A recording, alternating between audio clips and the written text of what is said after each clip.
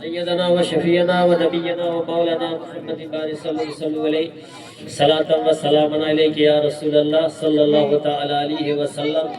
عزیزان ملت اسلامیہ، یہ والدہ یعنی ماں جناب اصغر علی کے والدہ مرحومہ کے سال ثواب سے ہے۔ ایک واقعہ میں آپ کو بتاؤں کہ حضرت موسیٰ علیہ السلام کی والدہ جب دنیا چھوڑ گئی، جب حضرت موسیٰ نبینا علیہ الصلوۃ والتسلیم جب کوہ طور میں بات کرنے کے لیے جانے لگے تو اللہ تعالیٰ نے کہا کہ اے موسیٰ ذرا سنبھل کے آنا۔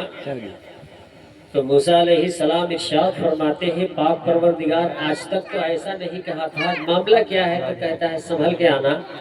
کہا سنبھل کے اس لیے آنے کو کہہ رہا ہوں کہ جب تو کوہ طور کی طرف آتا تھا تیرے ماں جو ہے میرے سے دعائیں کرتی رہتی تھی، آج اس کا سایہ تیرا سر سے اٹھ گیا ہے، اس لیے آنا تو ذرا سنبھل کے آنا۔ ایک نبی کی طرح نبی کے لیے اللہ تعالیٰ کیا حکم صادر کر رہا ہے۔ ایک بزرگ کے بارے میں کہا گیا ہے کہ جب وہ انتقال کیا تو انتقال کرنے سے پہلے ایک ولی نے اپنے اپنے مریدوں کو اشارہ کر رکھا کہ جب ہم انتقال کر جائیں تو ہمیں جنت میں دفن کریں۔ ان کے جب وہ انتقال کرتے ہیں تو سارے مریدین لے کر کے اسے گھوم رہے ہیں کہ جنت ملے تب نہ اسے دفن کرے۔ لوگوں نے پوچھا کہاں لے کے جا رہا ہے؟ کہا جنت کہے ہیں، جنت میں دفن کرنا ہے۔ ہم تلاش کیے پھر رہے ہیں، پتہ ہی نہیں چل رہا ہے۔ چلتے رہے، گھومتے رہے۔ اب گھومتے گھومتے یقیناً ہے کہ غصہ انہیں آنا ہی آنا ہے۔ اب بس تذکرہ کرنا شروع کرتے ہیں اور کہتے ہیں کہ ان کو وصیت کرنا تھا تو ایسا وصیت کر ڈالے کہ جنت میں دفن کرنا۔ اب کہاں جنت تلاش کر رہے ہیں، کہاں ہار تھک کر کے جب ایک جگہ رکھ کر کے اطمینان اور اس کے سانس لے رہے تھے، اتنا ہی میں دوسرا اللہ کا ولی اور آنے کے بعد کہتا ہے کہاں اسے لے کے گھوم رہے ہو؟ کہا ہم انہیں گھوم رہے ہیں اور انہوں نے ہمیں وصیت کیا ہے جنت میں دفن کرنا، تو ہم اسی پھیر میں ہیں کہ کہاں اسے دفن کیا جائے، جنت ملے تب تو دفن کیا جائے۔ تو دوسرا اللہ کے ولی نے کہا کسی کو پتا ہے کہ ان کے والدہ جو ہے کہ قبر کہاں ہے، ان کی ماں کا قبرستان کہاں پر ہے پتا ہے؟ تو ان بوڑھے میں سے ایک نے کہا کہ ہاں مجھے پتا ہے کہ ان کی والدہ کس قبر میں ہے، کہاں پر ہے۔ تو اللہ کا ولی آنے والا اشارہ کرتا ہے اور کہتا ہے کہ سیدھے انہیں لے جا، اور لے جانے کے بعد جو ہے جو ان کے والدہ ان کے ماں کے قدم جدھر پڑتا ہے وہاں قبر کھودو اور دفنا دو۔ نبی نے فرمایا ہے ماں کے قدم کے نیچے تب انہیں لے جا کر کے انہیں قدم کے نیچے جہاں ماں تھی ان کے پائتنے جو ہے قبر تیار کیا اور انہیں دفن کر دیا گیا۔ تو میرے عزیزان ملت اسلامیہ کس طریقے سے ماں کی عظمت کو سارے لوگ بیان کرتے ہیں، بتاتے ہیں۔ رب تبارک و تعالیٰ نے بھی کیا سنایا، رب ماں کی عظمت آقا دو عالم صلی اللہ تعالیٰ علیہ وسلم نے بھی بتایا ہے۔ انسان کو سمجھ میں نہیں آتا ہے، جب ماں دنیا چھوڑتی ہے تب احساس ہوتا ہے کہ ہم نے کیا کیا۔ اسی لیے جب تک وہ حیات رہے ہمیں چاہیے کہ ہم ان کی خدمت کریں اور دعائیں لیتے رہیں۔ انسان جب گھر سے باہر بیٹا نکل جاتا ہے تو ماں کو جو ہے نا بار بار احساس ہوتا رہتا ہے کہ بیٹا خیریت سے گھر کو واپس ہو جائے۔ بھلے مطلب آپسی تناؤ جو کچھ بھی ہو، لیکن آپسی تناؤ ہونے کے باوجود بھی اگر بیٹا گھر سے نکل جاتا ہے پھر بھی اللہ تبارک و تعالیٰ کے بارگاہ میں فریاد کرتی رہتی ہے کہ یا الہ العالمین بیٹا کو صحیح سلامت گھر کو واپس لا دینا۔ تو گویا یہ ماں وہ ماں ہے کہ رب سے فریاد کرتی رہتی ہے۔ اس لیے ہمیں چاہیے کہ ہم اپنے ماں کی احترام کریں اور جب تک حیات رہے تب تک خدمت کرتے رہیں۔ درود شریف پڑھیے، اللہم صلی علی سیدنا و شفیعنا و نبینا و مولانا محمد بارک صلی علیہ صلاۃ و سلام علیک یا رسول اللہ صلی اللہ تعالی علیہ وسلم۔ برادران اسلام، ہر انسان کے والد ہے، والدہ ہے،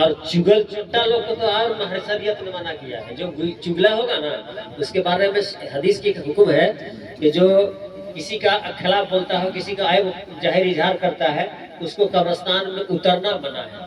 منع اس لیے ہے کہ جان لیا جب مرد آئے اس کو دفنا کے انسان چلا آیا، یا قبرستان مرد ہے اترا اور اس کا جو ہے چگل چٹا کرنے کی کس کا مزاج ہے، کسی کے عیب کو اظہار کرنے کا مزاج ہے، شریعت اس کو منع کیا ہے کہ وہ قبر میں نہ اترے.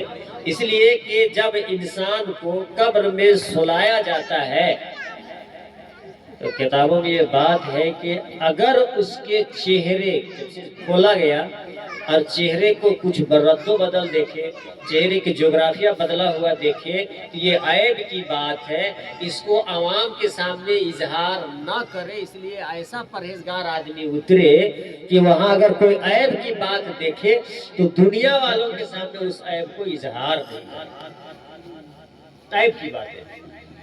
اگر کوئی اتر گیا اور قبرستان میں کچھ ہو گیا اور دھواں نکل گیا یا کچھ معاملات ہو گیا، کچھ ہو گیا، تو میرے دوستوں اور بزرگوں اس کا خلاف ہم لوگ بولتے ہیں نا، ارے اس کا قبر میں ایسا ہو گیا، یہ ہو گیا، ایسا تھا، یہ تھا، وہ تھا. لیکن اپنے ہم احساس نہیں کرتے ہیں اس کا تو اڑ رہا ہے، کہیں ہمارا نتیجہ کا ہوگا. تو کیا مطلب اس کا یوں سوچنا چاہیے کہ جب اس کے ساتھ یہ انجام ہو رہا ہے میرے ساتھ کیا ہوگا. ڈرنا چاہیے اور توبہ استغفار کرنا چاہیے اور دعا اس کے لیے کرنا چاہیے. یہ حقوق العباد میں سے ہے کہ آپ اس کے اوپر پریشانی دیکھیں تو اس کے لیے رب سے آپ دعا کریں، شاید اللہ تعالیٰ جو ہے آپ کی دعا کو قبول کر لے. تو چاہیے یہ کہ ہم اپنے دل میں ڈر محسوس کریں کہ یا اللہ پاک پروردگار ہم سب لوگوں پر تو رحم کر، قبر کی عذاب سے بچا یا اللہ. یہ دعا کرنا چاہیے، اس کی تجلیل نہیں کرنا چاہیے. اللہ تعالیٰ کو کسی بندے کو تجلیل کرنا، جلیل کرنا، یہ نہ رسول کو پسند، نہ ولی کو پسند ہے، نہ اللہ تعالیٰ کو پسند، کسی کو پسند نہیں ہے. اللہ تعالیٰ کہتا ہے کہ تم اپنے آپ کو سب سے کمتر سمجھو، بہتر مت سمجھو. جو انسان اس دنیا میں اپنے آپ کو کمتر سمجھتا ہے، اللہ تبارک و تعالیٰ اس بندے کے بیچ میں اس کو سب سے بہتر بنا دیتا ہے. بڑے بڑے لوگوں نے تو یہی کیا. اس لیے ہمیں چاہیے کہ ہم یہ کام کریں، اچھا وچار بھاونا رکھیں، صحیح پاک صاف خیالات رکھیں، دل کے اندر جو کینے قدورت ہے اس کو دور کریں اور رب تبارک و تعالیٰ کے بارگاہ میں توبہ استغفار کرتے رہیں. استغفر اللہ ربی من کل ذنب واتوب الیہ پڑھتے رہیں. اللہ رب العزت کے بارگاہ میں چلے تو چاہے تو گھر میں رہیں تو مسجد میں رہیں تو کہیں بھی رہیں تو چوک میں چوراہے میں رہیں تو پر بھی اللہ استغفر اللہ کہتے رہیں. اس لیے کہ بزرگوں نے کہا ہے کہ جب انسان چوک چوراہا میں جائے تو چوک چوراہا کا کفارہ ادا کرے. چوک چوراہا کفارہ ادا، اس کا کفارہ ادا یہ ہے، انسان جب چوک چوراہے پہ جاتا ہے تو بہت قسم کی بات بولتا ہے، دکان میں، مکان، چوک میں، چوراہے میں بہت الٹا پلٹا بات بولتا ہے. تو اس کا کفارہ یوں بتایا گیا، علماء فرماتے ہیں کہ جب تمہاری زبان سے ہر طرح کی باتیں چوک میں چوراہے میں نکل جائے تو اس کی کفارہ یہ ہے کہ چند لمحہ وہاں پر بیٹھ کے اللہ اور رسول کا تذکرہ کرو. یہی اس کا کفارہ ہے. اللہ اور رسول کا تذکرہ کرو، یہ اس کا کفارہ ہے. لیکن میرے عزیزان ملت ہم کو کہاں توفیق ملتا ہے. اللہ تبارک و تعالیٰ کی بارگاہ میں دعا ہے پاک پروردگار ہم سب لوگوں کو سمجھنے کی صلاحیتیں عطا فرمائے، نیک بننے کی توفیق رفیق عطا فرمائے. اور جناب اصغر علی کے والدہ محترمہ اور ساتھ ہی ساتھ ان کے خاندان کے جتنے بھی مومنین محبوبین ہیں ان کی قبروں میں اللہ تبارک و تعالیٰ ان کے قبروں میں رحمت و نور کی بارشیں عطا فرمائے. آمین آمین آمین ثم آمین. 2-4 بند پڑھ سکتے ہیں، اس کے بعد درود پڑھ لیجیے. اللہ